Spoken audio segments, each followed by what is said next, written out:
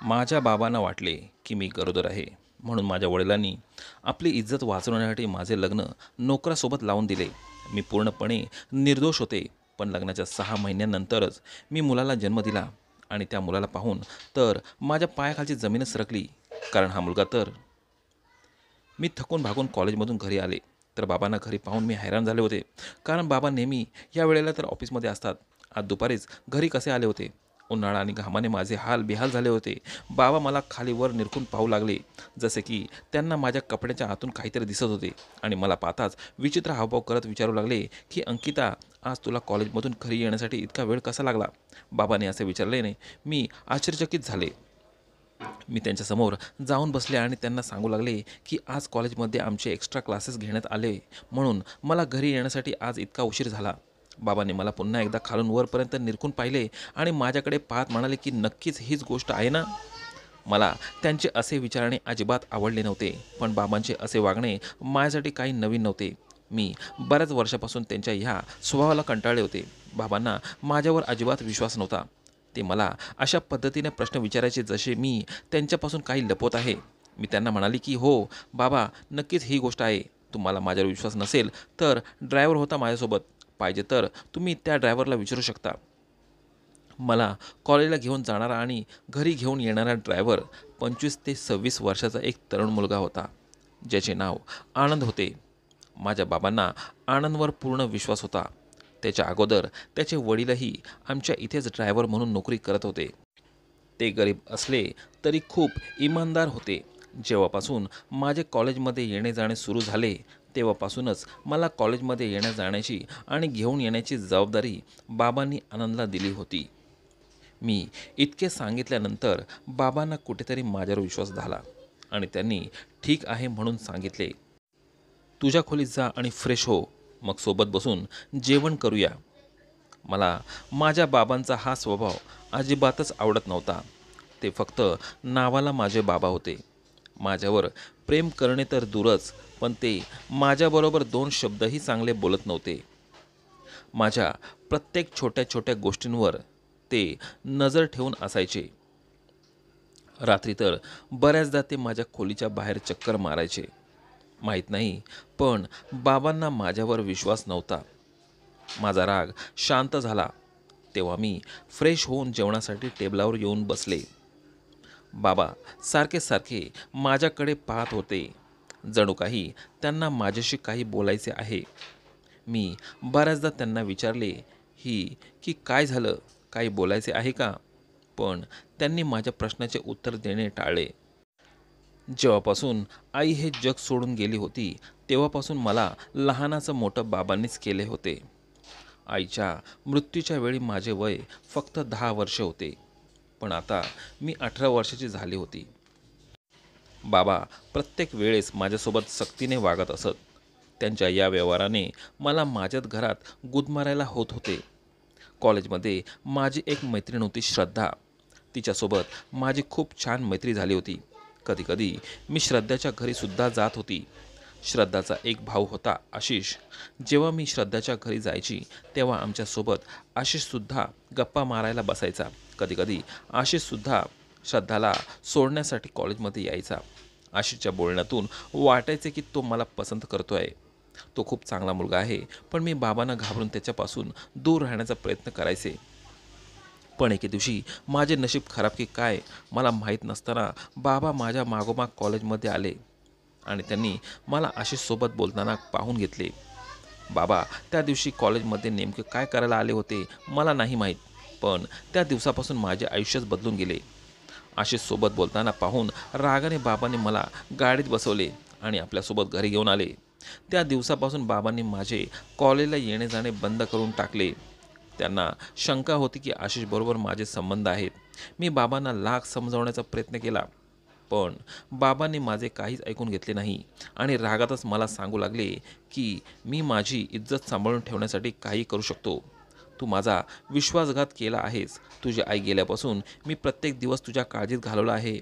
मी इतक्या सक्तीने वागूनसुद्धा आज तू माझी इज्जत घालवलीस. माझे नाक कापले. बाबांच्या अशा बोलण्याने मी पूर्णतः आतून तुटले होते. माझे अश्रूसुद्धा बाबांना दिसत नव्हते आणि माझा काही गुन्हा नसताना माझे शिक्षण मध्ये सोडावे लागले.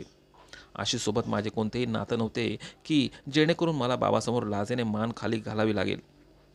मी माझ्या खोलीत बंद झाले होते आणि आता शांतपणे माझ्या खोलीत बेडवर पडून असायचे. माझ्या घरात पैशांची कोणतीही कमी नव्हती. पण एक माझ्या सुटकेसाठी मी तरसून गेले होते. माझ्या वडिलांनाच माझ्यावर विश्वास नव्हता, तर कुणाकडून काय अपेक्षा करणार होते? एक दिवस माझ्या वडिलांचे मित्र मनोज काका आमच्या घरी आले होते. ते माझ्या वडिलांचे मित्रासोबत त्यांचे बिझनेस पार्टनरसुद्धा होते. ते येताच माझ्या अभ्यासाबद्दल मला विचारू लागले. मी रडता रडता त्यांना सगळी हकीकत सांगितली. काका वडिलांचे जुने मित्र होते आणि ते नेहमी आमच्या घरी ये जा करत असत. त्यामुळे मी त्यांना न घाबरता माझ्या मनातील सर्व काही गोष्टी सांगत असत. मनोज काकांना जेव्हा माझ्या अभ्यासाबद्दल कळाले तेव्हा त्यांनी मला समजावून सांगितले की तू काहीही काळजी करू नकोस. मी तुझ्या वडिलांशी बोलून तुझे कॉलेज पुन्हा सुरू करायला सांगतो. मनोज काकांचे बोलणे ऐकून मला थोडा दिलासा मिळाला होता, कारण बाबा मनोज काकांची प्रत्येक गोष्ट मानत असत. मनोज काका माझ्या बाबांशी याबाबत बोलणार त्या अगोदर माझ्या आयुष्याने आणखीन एक वळण घेतले. एक दिवस रात्रीच्या वेळी मी गाढ झोपेत असताना बाबा अचानक माझ्या खोलीत आले. तेव्हा माझा मोबाईल फोन वाजत होता. तेव्हा माझ्या बाबांनी माझा फोन उचलला, तर तेव्हा फोनवर आशिष होता. त्याने माझी चौकशी करण्यासाठी फोन केला होता, कारण त्याला माहीत झाले होते की त्याच्यामुळे माझे शिक्षण बंद केले आहे. ही गोष्ट माझी मैत्रीण श्रद्धाकडून त्याला नुकतीच कळाली होती. त्याला खूप वाईट वाटले, म्हणून त्याने लगेचच फोन केला होता. परंतु बाबांनी त्या फोनचा चुकीचा अर्थ लावला. त्यांना वाटले की खरोखरच माझे आशिषसोबत घनिष्ठ संबंध असतील आणि त्या दिवसापासून बाबांनी माझा मोबाईलही माझ्याकडून काढून घेतला आणि आता मला खोलीतून बाहेर निघण्यासाठी मनाई करण्यात आली. हे सगळं झाल्यानंतर आता माझा संपूर्ण वेळ बंद खोलीतच जात होता. कधीकधी मनोज काका भेटायला माझ्या खोलीत येत असत. ते मला समजत होते की बस थोडे दिवस थांब, मी तुझ्या वडिलांशी तुझ्या कॉलेजबद्दल परवानगी मिळवून देईन. आता या गोष्टीला 2 दिवसही उलटले नव्हते. एक दिवस बाबा माझ्या खोलीत आले आणि मला सांगू लागले की आजपासून तू माझ्या खोलीत झोपायचे. मी एक तरुण मुलगी होते आणि माझ्यासाठी बाबासोबत झोपायचे म्हणजे खूपच शरमेची बाब आहे. मी बाबांना म्हटले की मी खोलीतच ठीक आहे. माझे बोलणे ऐकून बाबा म्हणाले, का रात्रीच्या वेळी तुझ्या खोलीत तुला भेटायला कोण येतं? बाबांचे बोलणे ऐकून माझ्या डोळ्यात पाणी आले होते. मी रडत रडत त्यांना बोलत होते की एकदा तरी तुम्ही तुमच्या मुलीवर विश्वास ठेवा. बाबा म्हणाले की जितका विश्वास करायचा होता मी केला, पण आजपासून तू माझ्या खोलीतच झोपायचे आहे. त्या दिवसानंतर बाबा मला त्यांच्या खोलीत झोपू लागले. बाबांच्या खोलीत झोपताना मी पूर्ण रात्र जागूनच काढायची, कारण बाबांच्या खोलीत झोपायचे मला चांगले वाटत नव्हते.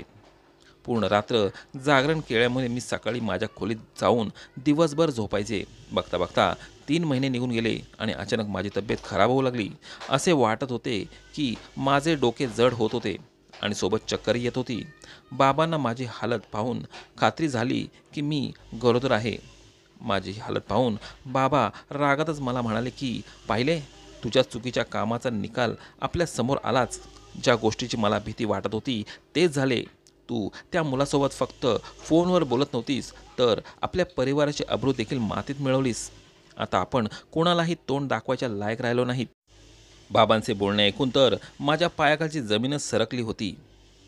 बाबा आपली अब्रू वाचवण्यासाठी घाबरून मला हॉस्पिटलमध्ये घेऊन जात नव्हते आणि माझ्या कोणत्याही बोलण्यावर विश्वासही ठेवत नव्हते. हे सगळे झाल्यानंतर बाबांनी लगेचच मनोज काकांना फोन करून घरी बोलावून घेतले आणि त्यांना घडलेली सर्व हकीकत सांगितली. मनोज काका हे सर्व ऐकून आश्चर्यचकित झाले. त्यांनी माझ्याकडे पाहिले आणि म्हणाले की अंकिता, पहिले मला वाटत होतं की तुझ्या वडिलांना काहीतरी गैरसमज होतोय, पण तू तर त्यांची अब्रूच घालवलीस. एकदाही आपल्या वडिलांचा विचार केला नाहीस. मनोज काकांनी माझ्या वडिलांना एक सल्ला दिला की तुला जर असे वाटत आहे की तुझ्या मुलीने खरोखर चुकीचे कृत्य केले आहे, तर तू लवकरात लवकर हिचे लग्न लावून दे.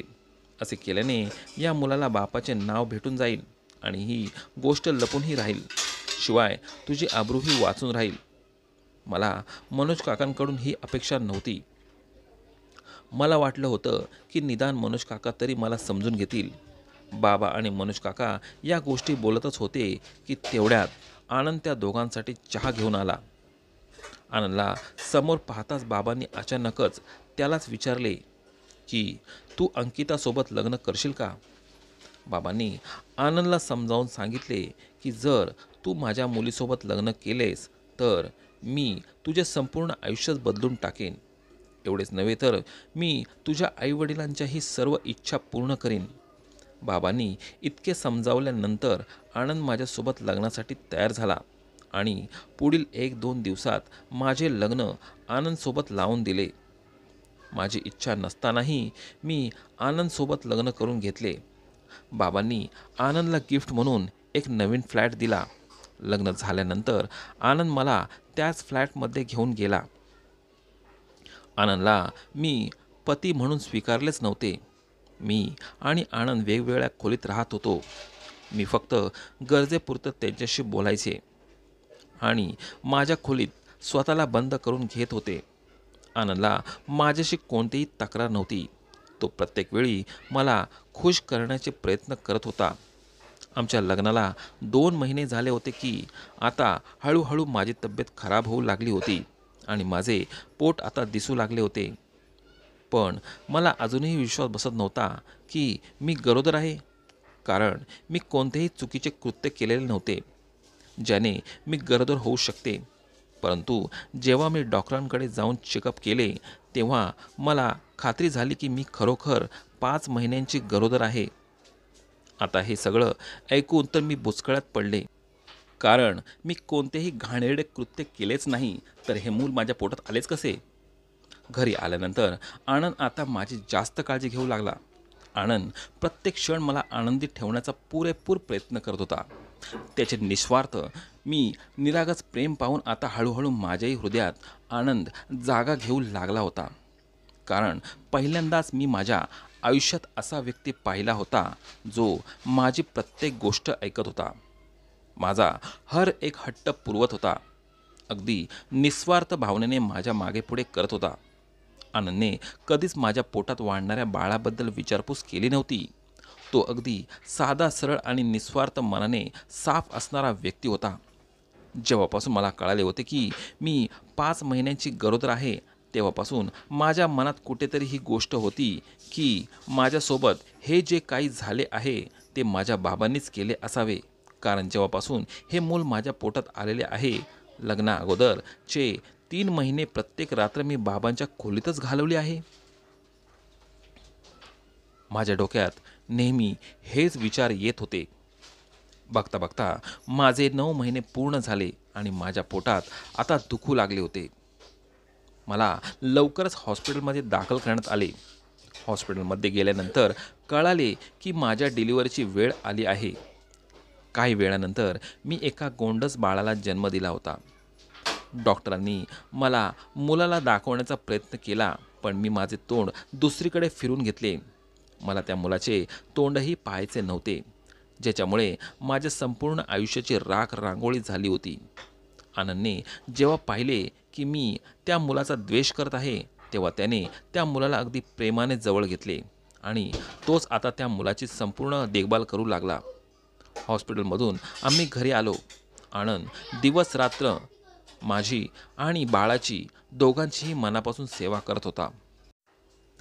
त्याची अशी वागणूक पाहून मी आश्चर्याने आनंदला विचारले की तू असे काय एका नाजायज मुलाला आपलेसे करून प्रेम देऊ शकतोस? तुला हे सुद्धा माहीत आहे की हा मुलगा तुझा तर नाहीच आहे. माझे बोलणे ऐकून आनंद काही वेळ शांतच होता आणि मग बोलू लागला की अंकिता, मी तुझ्यावर खूप प्रेम करतो. तुझ्यापासून जुळलेली प्रत्येक गोष्टीवर माझे प्रेम आहे. या मुलाला तू जन्म दिलेला आहेस याच्याशी मला तितकेच प्रेम आहे जितके माझे तुझ्यावर आहे. आनंदच्या तोंडून मी माझ्यासाठी प्रेमाचे शब्द ऐकून हैराण झाले होते. मुलाला जन्म देऊन आता जवळजवळ महिना झाला होता, परंतु मी अजूनपर्यंत मुलाला जवळही घेतले नव्हते. आनंद दिवस रात्र त्या मुलाची काळजी घ्यायचा आणि मी पूर्ण दिवसभर माझ्या खोलीत माझ्या नशिबाला देऊन रडत बसायची. मी त्या मुलाला आपलेसे करू शकत नव्हती. एके दिवशी मी माझ्या खोलीत रडत बसले होते. तेवढ्यात आनंद माझ्या जवळ येऊन म्हणू लागला, की अंकिता, तुझे इतके दुःख मी आता पाहू शकत नाही. तुला जाणून घ्यायचे आहे का, की या मुलाचा बाप कोण आहे? त्याच्या तोंडून हे वाक्य ऐकल्यावर मी हैराण झाले आणि त्याला म्हटले, की हो, मला जाणून घ्यायचे आहे. मला सांग लवकर. आणि म्हणाला, की मी तुला सर्व काही सांगायला तयार आहे, पण तत्पूर्वी मला तुझ्याकडून एक वचन हवे आहे. मी म्हणाले, काय? मी आता तुला जे काही सांगणार आहे ती गोष्ट ऐकून आपल्या मनात कायमची दडपून टाकायची. कुणालाही काही कळता कामा नये, कारण जर ही गोष्ट बाहेर कुणाला कळाली की हे मूल कुणाचे आहे, तर त्याचा थेट परिणाम या बाळाच्या भविष्यावर होईल. आणि या सगळ्या गोष्टीत बिचाऱ्या या बाळाचा काय दोष? मला कोणत्याही परिस्थितीत खरे काय आहे ते जाणून घ्यायचे होते. म्हणून मी आनंदच्या सगळ्या गोष्टींना वचन दिले. ठीक आहे, तू सांगशील अगदी तसेच होईल. मी कोणालाच काहीच सांगणार नाही. पण आनंदच्या तोंडून सत्य जाणून घेतल्यानंतर माझ्या पायाखालची जमीनच सरकली होती. कारण या मुलाचा बाप तो व्यक्ती होता ज्याच्यावर मी स्वतःपेक्षा जास्त विश्वास ठेवत होती, आणि त्यानेच माझा इतका मोठा विश्वासघात केला होता. यावरच माझा विश्वास बसत नव्हता. माझ्या मुलाचा बाप मनोज काका होते, आणि मनोज काकांनी हे सगळे घाणेरडे कृत्य फक्त माझ्या वडिलांची प्रॉपर्टी हडप करण्यासाठी केले होते. मनोज काका सुरुवातीपासून माझ्या बाबांना माझ्या विरुद्ध भडकत होते. त्यामुळेच माझे बाबा माझ्यावर विश्वास ठेवत नव्हते. आनंदने सांगितले की एक दिवस मनोज काका घरी आले होते. तेव्हा आनंद व्यतिरिक्त घरी कोणीच नव्हते. बहुतेक माझे डोके त्या दिवशी भयंकर प्रमाणात दुखत होते, आणि मी आनंदला माझ्यासाठी चहा बनवून आणायला सांगितले होते. तेव्हाच अचानक मनोज काका आले आणि आनंदला किचनमध्ये चहा बनवताना पाहून आनंदला विचारू लागले, की कुणासाठी चहा बनवत आहेस? जेव्हा त्यांना कळले की हा चहा माझ्यासाठी तयार होत आहे, तेव्हा त्याने काही महत्त्वाचे कामाच्या बहाण्याने आनंदला बाहेर पाठवून दिले आणि म्हणाला, की तू जा, अंकिताला चहा मी नेऊन देतो. आनंदने ही गोष्ट जेव्हा मला सांगितली तेव्हा मला आठवले की एक दिवस मनोज काकाच माझ्यासाठी चहा घेऊन आले होते. मला काय माहीत होतं की वडील समान असणारे काका माझ्यासोबत असे काही करू शकतील. मी काही विचार न करता त्यांच्या हातून चहा घेऊन प्यायले, आणि चहा प्यायल्यानंतर मला झोप लागली होती. झोप नाही तर मी बेशुद्ध अवस्थेत पडले होते. आनंदने सांगितले की माहीत नाही, मला अंदाज होताच की काहीतरी चुकीचे घडणार आहे. म्हणून मी माझे काम घरून धावत पळत घरी आलो. परंतु मला यायला उशीर झाला होता. मी घरी येईपर्यंत मनोज त्यांचे काम पूर्ण करून मोकळे झाले होते, आणि तुझ्या खोलीतून बाहेर पडताना आपल्या शर्टची बटणं लावत घराबाहेर निघून गेले. तेव्हापासून मी मनोज आणि तुझ्या वडिलांच्या प्रत्येक गोष्टींवर, त्यांच्या प्रत्येक हालचालींवर लक्ष ठेवून होतो. मनोज नेहमीच तुझ्या वडिलांना तुझ्यावर भडकवत होता.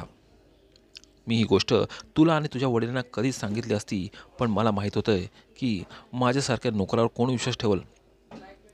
पण तुझे वडील तुझी काहीच चूक नसतानासुद्धा प्रत्येक वेळी तुझ्यासोबत सक्तीने वागताना पाहून मला खूप वाईट वाटत होते. अंकिता, भलेही मी तुमच्या घरातील नोकर ड्रायव्हर जरी असलो तरी तुझ्यासोबत चुकीचे होताना पाहून माझे मन भरून येत होते. मी तुझ्या वेदना पाहून तुझ्याबद्दल प्रेम व्यक्त करू लागलो होतो. मी खरोखर मनापासून प्रेम करू लागलो होतो, आणि म्हणूनच त्या दिवशी मला जेव्हा तुझ्या वडिलांनी लग्नाचे विचारले तेव्हा मी मनापासून होकार दिला होता. आणि मी खूप खुश झालो होतो, कारण मला माझ्यावर विश्वास होता की मी तुझ्यासोबत तुझ्या मुलालाही आपलेसे करेन. तुम्हा दोघांनाही खूप प्रेम देईन, कारण मी तुझ्यावर खूप मनापासून प्रेम करतो. आणि या सगळ्या प्रकारात या बाळाचा काय दोष आहे? याला का शिक्षा दिली जात आहे? मी आणि आनंद बोलतच होतो की तेवढ्यात बाळाचा रडण्याचा आवाज ऐकू आला. आनंदने जबरदस्तीने बाळाला माझ्या मांडीवर दिले. बाळाला पाहून माझ्यातली आई जागी झाली, आणि मी लगेचच बाळाला छातीशी लावून खूप खूप रडू लागले. मी आनंदा म्हणाले की मी तुला वचन दिल्यानुसार मी ही गोष्ट कोणालाच सांगणार नाही. पण तुला हे मला एक वचन द्यावे लागेल की मनोज काकांचे हे घाणेरडे कृत्य तू माझ्या वडिलांना सांगायचे आहेस, कारण त्यांनाही माहीत हवे की त्यांच्या मुलीसोबत चुकीचे कृत्य करणारा नराधम कोण आहे ते. आणि आजपर्यंत ते माझ्यावर संशय घेत राहिले. त्यांनाही कळू देत की त्यांची मुलगी कधीच चुकीची नव्हती, तर त्यांचा सर्वात जवळचा मित्र चुकीचा होता. त्याच्यावर ते स्वतःपेक्षा जास्त विश्वास करत होते. आनंद म्हणाला की जर ही गोष्ट कुणालाही सांगितली तर मी आनंदला म्हणाले की बाबा कुणालाही काही सांगणार नाहीत. मी त्यांना समजावून सांगेन, पण ही गोष्ट त्यांच्या कानावर पडलीच पाहिजे. आपल्यासाठी नाही, पण आपल्या मुलासाठी ही गोष्ट त्यांना सांगायची आहे. त्यांनाही खरं काय ते कळायला हवं. आनंदने त्याच वेळेस बाबांना फोन करून बोलावून घेतले आणि त्यांना सर्व काही खरी हकीकत सांगितली. बाबांना जेव्हा ही सर्व हकीकत समजली तेव्हा बाबा माझ्यासमोर हात जोडून रडू लागले आणि माझी माफी मागू लागले. अंकिता, मला माफ कर. मी माझ्याच मुलीवर विश्वास न ठेवता खूप मोठी चूक केली आणि आता जर या बाळाची गोष्ट नसती तर मी आत्ताच मनोजला जेलमध्ये टाकले असते. बाबा मला आणि आनंदला लागलीच आपल्यासोबत तेथून घेऊन गेले आणि मनोजसोबत सर्व नातेसंबंध तोडून टाकले. आम्ही दोघांनीही एकमेकांना वचन दिले की आम्ही दोघेही बाहेरच्या लोकांवर विश्वास ठेवण्यापेक्षा आपल्या मुलाचे ऐकायचे. कारण जे काही माझ्या वडिलांनी माझ्यासोबत ते केले ते कोणत्याही पालकांनी करू नये. कारण माझ्या वडिलांनी माझ्यावर विश्वास ठेवला असता तर कदाचित आज ही वेळ माझ्यावर आली नसती.